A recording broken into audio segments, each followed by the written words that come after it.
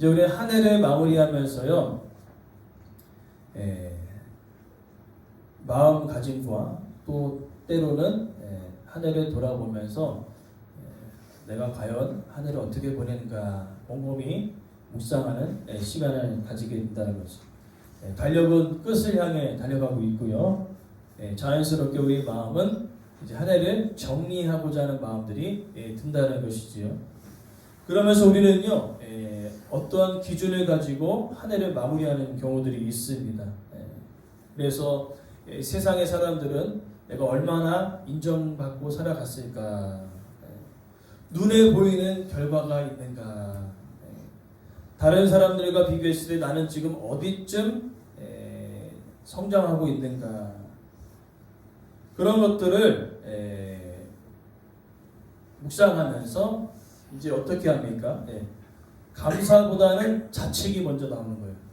감사가 아니라 아유 이것밖에 못했구나, 이것밖에 성취하지 못했구나 하면서 자책한다는 것이죠. 또 소망보다는 판단이 앞서요. 이렇게 나는 이것밖에 안 되는 인생이구나 하면서 스스로 판단하는 것이죠. 그리고 하나님 앞에 서기보다는요, 사람 앞에 서가지고 과연 내가 사람들에게 어떠한 영향을 끼쳤는가, 그것을 바라본다는 겁니다. 신앙생활도 마찬가지지요. 내가 올 한 해 신앙생활 가운데 얼마나 말씀 가운데 순종했을까, 또한 기도는 작년보다 더 깊어졌는가, 내가 정말 믿음 있는 성도라고 이야기할 수 있는가 라고 이야기하면서 어느새 무엇을 이야기합니까? 하나님께서 우리에게 묻지 않으셨는데 내가 데려 묻고, 그죠? 예수님께서 판단하지 않으셨는데 내가 막 혼자 판단하고 있는 것이. 오늘 바로 이 지점에서 바울은요, 오늘 고린도전서 4장 1절에서 5절 말씀 가운데 한 해를 마무리하면서 관점이 필요하다는 거예요. 그러니까 세상의 관점과 사람들의 관점이 아니라 하나님의 관점으로 한 해를 마무리하기를 원한다는 것이지요. 그래서 오늘 말씀은요, 따라서 몇 점인가? 몇 점인가를 물어보는 것이 아닙니다. 나는 누구 앞에서 어떠한 기준으로 살아가는가? 오늘 말씀을 통하여서 우리의 시선이 사람이 아닌 하나님께로 향하는 그 의대가 오늘 말씀 가운데 있기를 간절히 소망합니다. 첫 번째로는요, 나는 누구 앞에서 이 한 해를 살았는가라는 것을 이야기하는 거죠. 따라합시다. 평가자가 아니라 맡은 자입니다. 오늘 본문 보니까요, 그리스도의 일꾼이요 하나님의 비밀을 맡은 자로 여기지니라 라고 이야기하고 있는 것입니다. 그러니까 맡은 자라는 그 의미는 주인이 따로 있다는 것이죠. 주인이 있고 종이 따로 있습니다. 오늘 맡은 자의 삶에는요, 분명한 특징이 있는데 결정권은 없지만 책임은 있다는 것이지. 그리고 평가하는 권리는 없지만은 순종의 자리는 있다는 것입니다. 종으로서, 맡은 자로서. 그렇기 때문에 오늘 우리 한 해를 우리가 마무리하면서 주인의 자리에서 뭔가를 판단하고 평가하는 것이 아니라 종의 자리에서 내가 얼마만큼 이 자리를 지켰는가, 그것을 하나님은 말씀하고 계시는 거예요. 그러니까 뭔가를 엄청나게 많이 했다는 그 의미가 아니라 내가 현재 성도로서 내 자리를 지키고 있는가, 그것을 하나님께서는 묻고 계시는 것이죠. 여러분, 성도로서 이 자리를 지키고 계시죠? 네. 지금 이 자리를 지키고 계신 거예요. 저도 이 자리를 지키고 있고. 그러면 한 해를 마무리하는 우리 시점 가운데 지금 잘하고 계신 것입니다. 한 해를 마무리하면서. 그렇기 때문에 오늘 우리는요, 종이 아니라, 주인이 아니라 종에 대한 입장을 가지고 한 해를 마무리를 해야 한다는 거죠. 그렇기 때문에 이 자리를 회복하는 것이 바로 오늘 연말을 정리하는 첫 걸음이라는 것입니다. 그죠? 무엇입니까? 얼마나, 그죠? 얼마나 잘했냐? 얼마나 잘했냐? 얼마나 남겼냐? 그것을 이야기하는 것이 아니에요.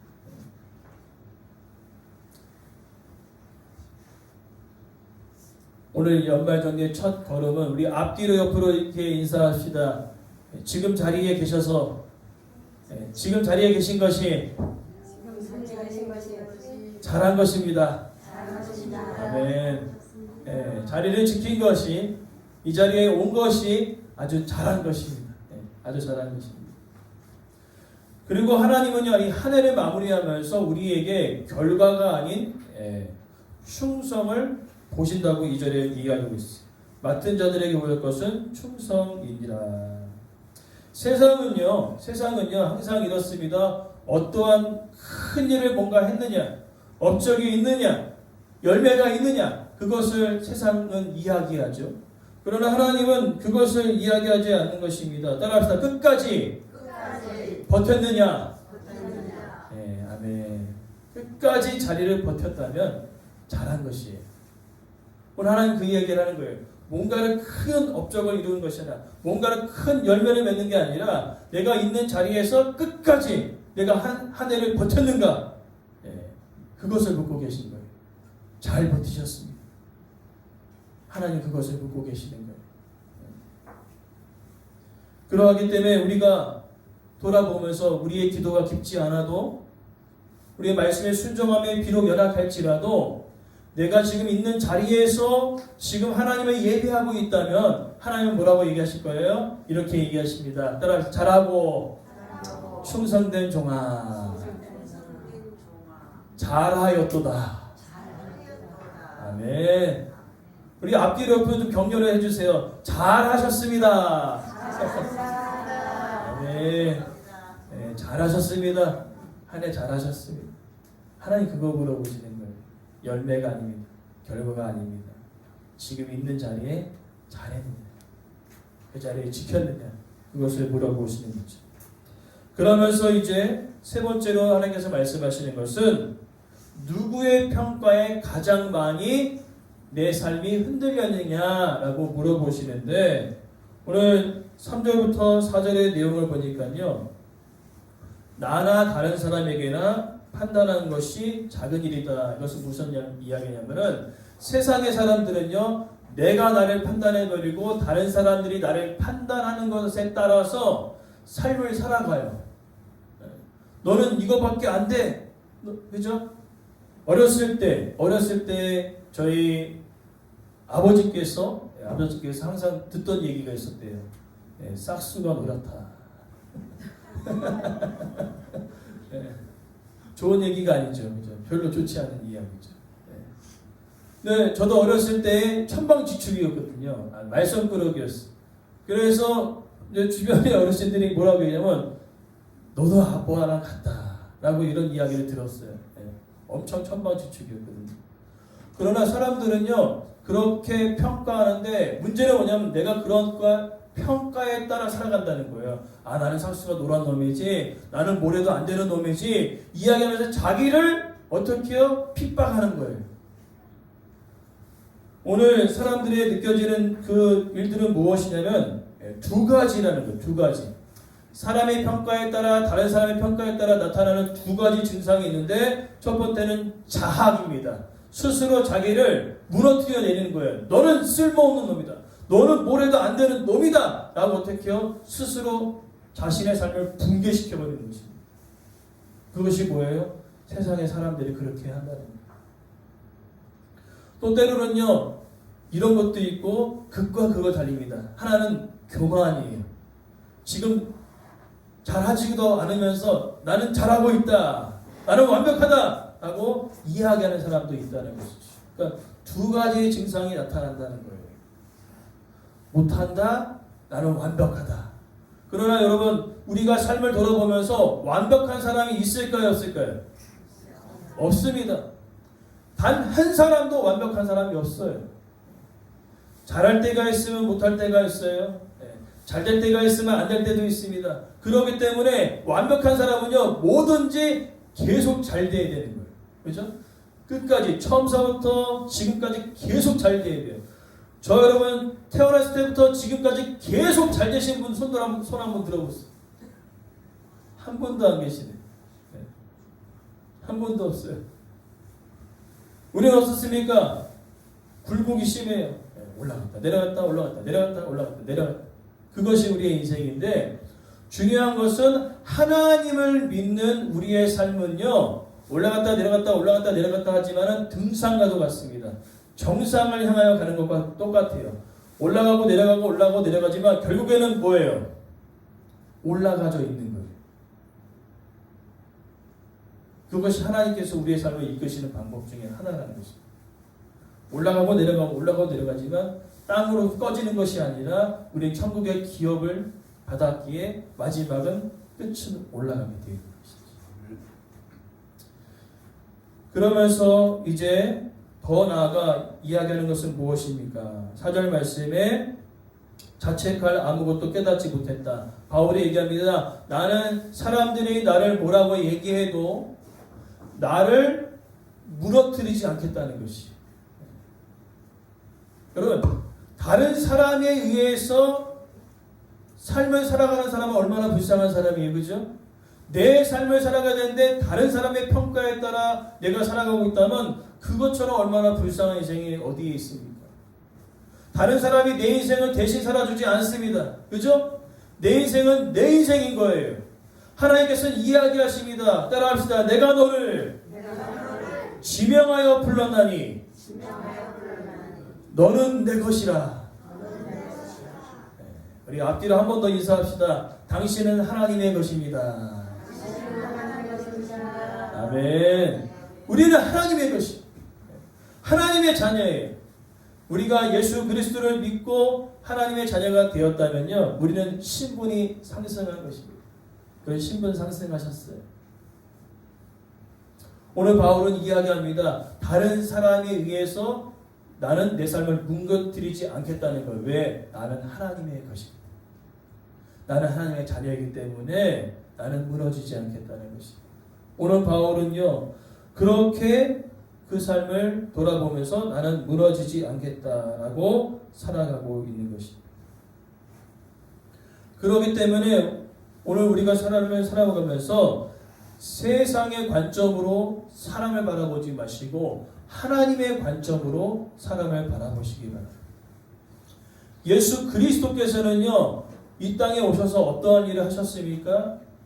예수님은요, 잘 되고 잘 먹고 잘 사는 사람 찾아간 것이 아니라 연약한 자, 병든 자, 소외된 자를 찾아가셨어요.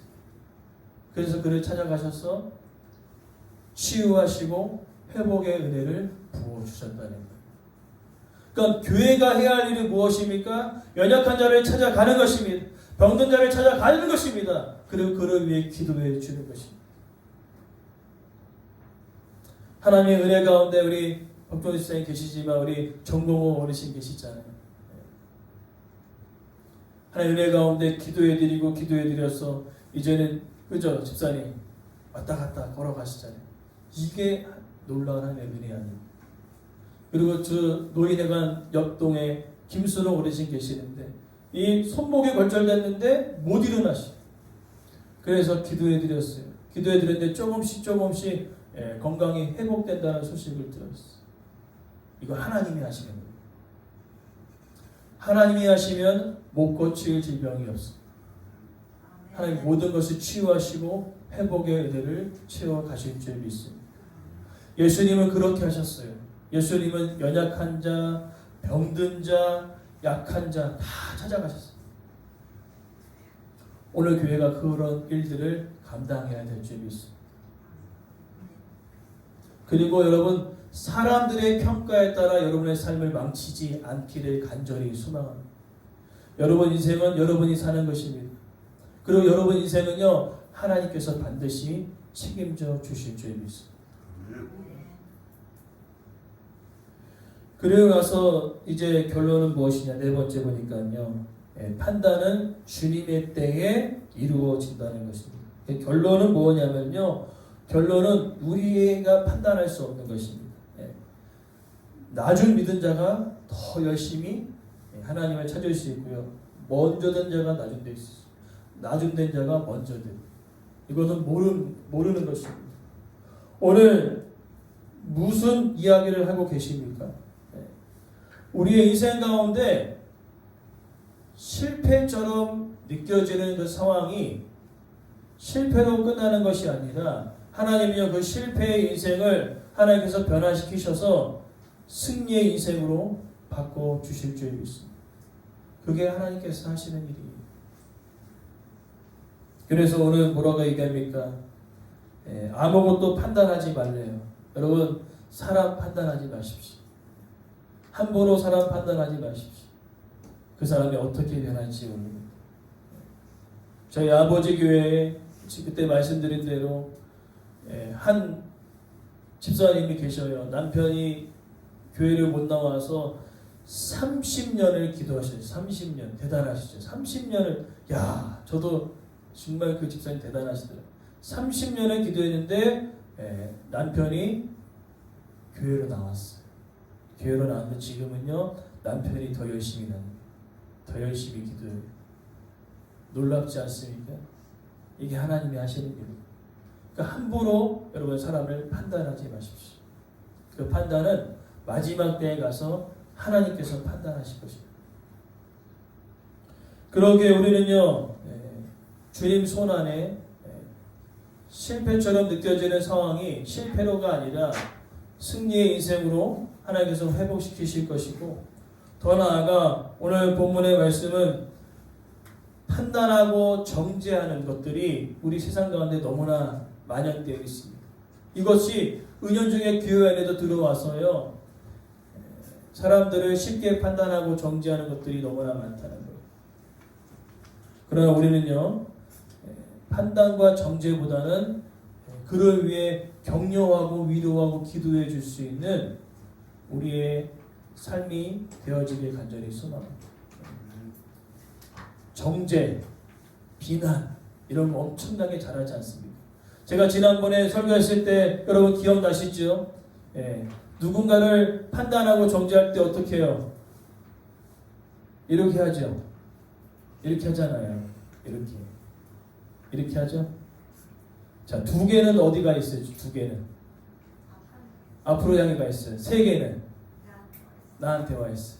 그럼 뭡니까? 남을 판단하기 전에 나를 돌아보라는 거예요. 아시겠죠? 야, 이거 이래서 저렇구나 막 판단하기 전에 내가 세계가 더 많아요. 나를 먼저 돌아보시기 바랍니다. 나를 돌아보게 되어지면요, 그 누구도 판단하고 정죄할 수 없어. 나도 연약한 존재이기 때문에, 나도 무너질 수밖에 없는 존재이기 때문에 스스로 판단하고 정죄할 수 없다는 거죠. 오늘 예수님께서 판단과 정죄를 멈추고 비난을 멈추고 뭐라 했어요? 그를 위해 기도해 주라고 했습니다. 위로해 주라고 했습니다. 격려하라고 했습니다. 오늘 우리가 그 일을 해야 될 줄 믿습니다. 그러니까 한 해를 마무리하고 한 해를 시작할 때 여러분 다 잊어버려도 되는데 요거로 기억하세요. 오늘 설교 시간에 다 잊어버려도 됩니다. 요거 기억하십시오. 남을 판단하기 이전에 나를 먼저 돌아보는 그 삶의 지혜가 우리 가운데 있기를 간절히 소망합니다.